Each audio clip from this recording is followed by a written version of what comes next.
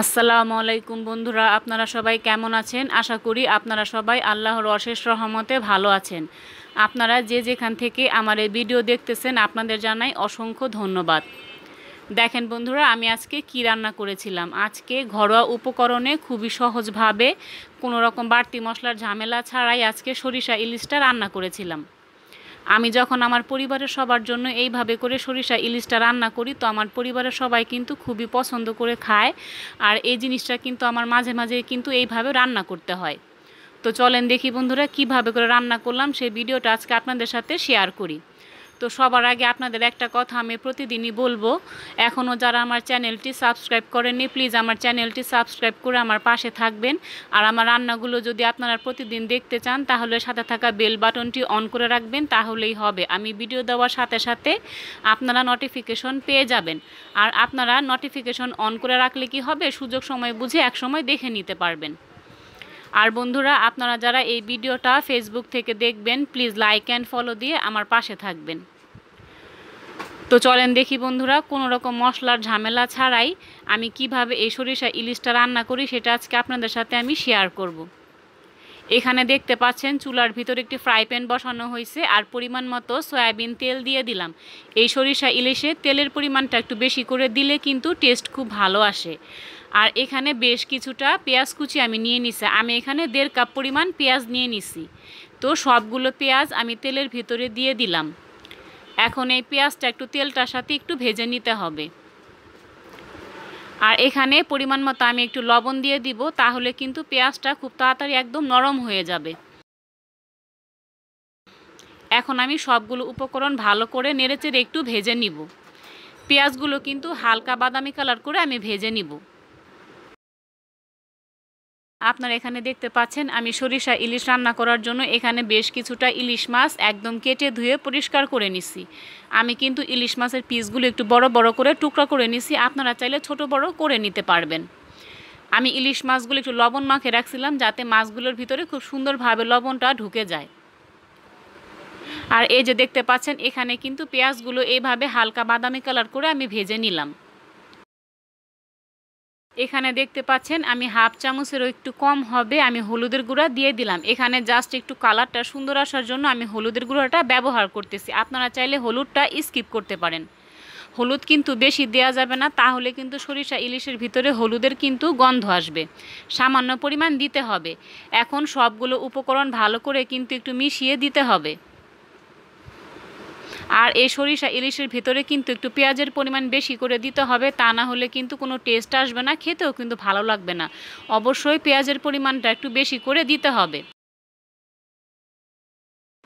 এই যে দেখতে পাচ্ছেন বন্ধুরা, এখানে কিন্তু আমি বেশ কিছুটা কালো সরিষা শিলপাটায় ভালো করে মিহি করে একদম বেটে নিছি। আপনাদের কাছ থেকে একটু দেখাচ্ছি, দেখেন কত মিহি করে আমি বেটে নিছি। এখানে হাফ কাপ পরিমাণ সরিষা বাটা হবে। এখন এই সরিষাগুলো আমি পেঁয়াজের ভিতরে সব দিয়ে দিলাম আর সবগুলো উপকরণ একসাথে মিশিয়ে দিতে হবে। এ পর্যায়ে সামান্য পরিমাণ আমি একটু পানি দিতেছি, তাহলে সবগুলো উপকরণ সুন্দরভাবে কষাতে হবে। এখানে সামান্য পরিমাণ একটু পানি দিতে হবে, তা না হলে কিন্তু কষানো যাবে না, একটু সামান্য পরিমাণ পানি দিতেই হবে। তো আমি দেখতে পাচ্ছেন আমি কিন্তু সামান্য পরিমাণ পানি দিয়ে সেই সরিষাগুলো পেঁয়াজের সাথে ভালো করে একটু কষিয়ে নিলাম। এই যে দেখতে পাচ্ছেন আমি কাছ থেকে দেখাচ্ছি কিভাবে করে কষাতে হবে। এখন আমি যে মাছগুলো লবণ দিয়ে মেখে রাখছিলাম সেই লবণ মাখা ইলিশ মাছগুলো আমি একটা একটা করে সব সরিষা বাটার উপর দিয়ে দিব। এই পর্যায়ে কিন্তু ইলিশ মাছগুলো কিন্তু আলতোভাবে নাড়াচাড়া করতে হবে, তা না হলে কিন্তু ভেঙে যাবে। আপনারা দেখতে পাচ্ছেন আমি কিন্তু একদম আলতোভাবে কিন্তু নাড়াচাড়া দিচ্ছি। এ পর্যায়ে কিন্তু ইলিশ মাছটা কিন্তু সেই সরিষা বাটার সাথে ভালো করে একটু কষিয়ে নিতে হবে।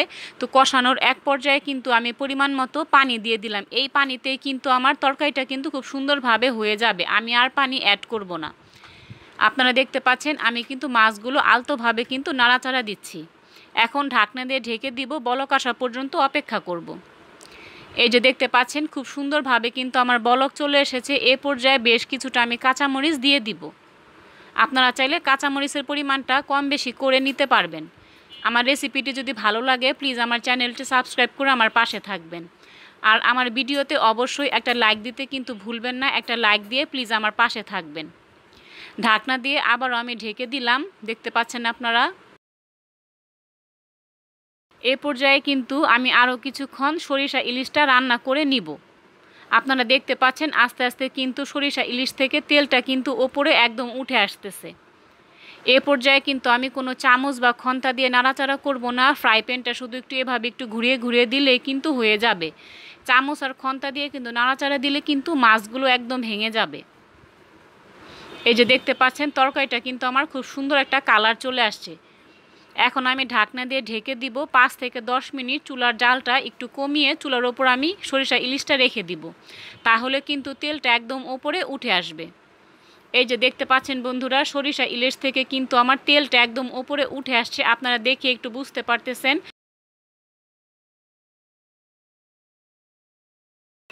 আর এই যে দেখতে পাচ্ছেন বন্ধুরা, মাশাআল্লাহ আমার তরকারির কালারটা কিন্তু খুব সুন্দর আসছে। আপনারা এইভাবে একবার হলেও সরিষা ইলিশটা রান্না করে দেখতে পারেন, খুব ভালো লাগবে। ছোট থেকে বড় সবাই খুব পছন্দ করবে এই সরিষা ইলিশটা। আর এই যে দেখেন বন্ধুরা, সরিষা ইলিশটা কিন্তু আমার রান্না একদম হয়ে গেছে। আমি কিন্তু খুব সহজভাবে আপনাদের সরিষা ইলিশটা রান্না করে দেখালাম। আপনারা আমার রেসিপিটি ফলো করে একবার হলেও এইভাবে বাসায় রান্না করে দেখতে পারেন, অনেক ভালো লাগবে। আর আমার রেসিপিটি আপনাদের কাছে কেমন লাগলো আপনারা প্লিজ একটু কমেন্ট বক্সে কমেন্ট করে জানাবেন।